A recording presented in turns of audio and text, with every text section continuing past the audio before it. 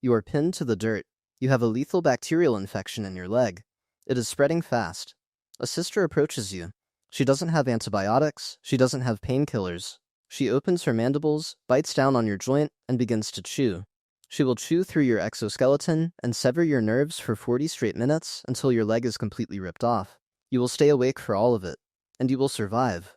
Your existence begins in absolute darkness. You have no eyes. You have no legs. A soft, blind casing wraps your digestive stomach. You don't know you rest deep underground. You don't know 20 quadrillion of your kind currently walk the earth. There are 2.5 million of you for every single human alive. You don't know any of this. You only know the liquid the adults feed you in the dark. You are a larva. You are entirely helpless. Your existence hangs on the chemical algorithms of a society that views you as expendable hardware. The nurse workers tirelessly feed you. They bring you regurgitated liquids. They bring you chewed insect parts. You consume.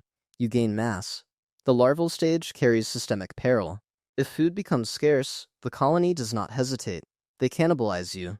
If you survive, you spin a silk cocoon around yourself. Inside the dark, your body dissolves. Your organs melt and rearrange. The diet the nurses fed you predetermines your shape.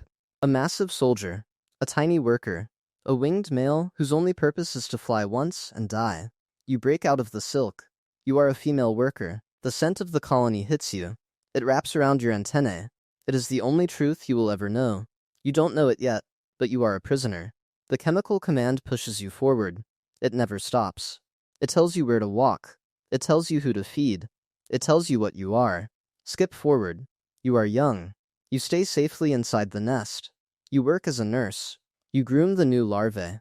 You follow the chemical command perfectly, but as you age, your life loses value to the colony.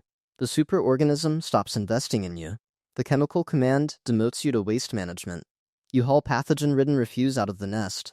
You drag the dead bodies of your sisters to underground graveyards. It is heavy work. You pull a corpse twice your size over rough dirt. You drop it in the pile. You turn back toward the brood chamber to rest. The guard ants stop you. They lunge at your legs. They snap their mandibles at your face. Not because you failed. Not because you are weak. Because you are contaminated. You carry the scent of the graveyard. The chemical command bans you from the young. The guards push you out of the nest entirely. You become a forager. Your death becomes a calculated, acceptable loss. Skip forward. You step out of the nest and onto the North African salt pans. The surface temperature hits 158 degrees. It boils other insects alive in minutes. You do not burn. Dense hairs forming tiny triangular prisms cover your body. They cause total internal reflection. They bounce the solar radiation away from your shell. You actively synthesize heat shock proteins to stop your cells from melting. You walk onto the featureless, blinding sand. You have no landmarks. Pheromones evaporate instantly in this heat. You use a celestial compass to read polarized sunlight. You use an internal pedometer to count every single exact step you take. You zigzag for miles. You find a dead arthropod baked by the sun.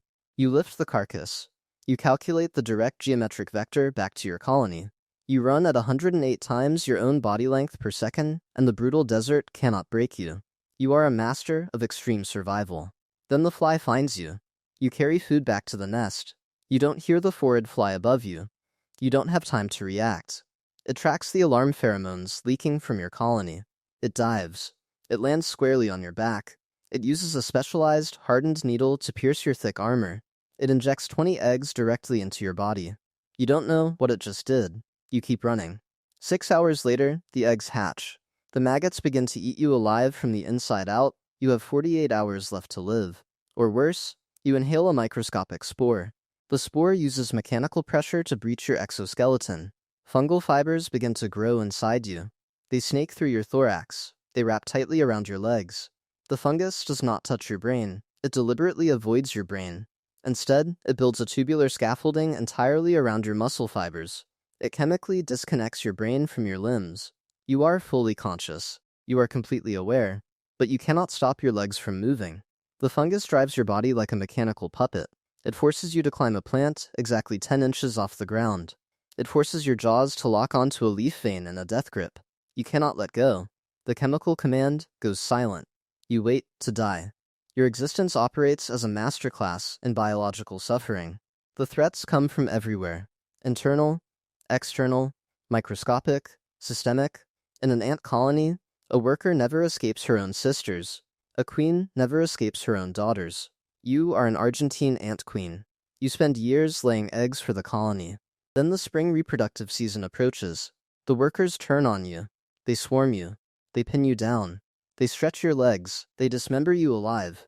They sever your abdomen from your thorax to free up resources for the colony. They do this to 90% of all the queens in the nest. You do not lead. You merely produce.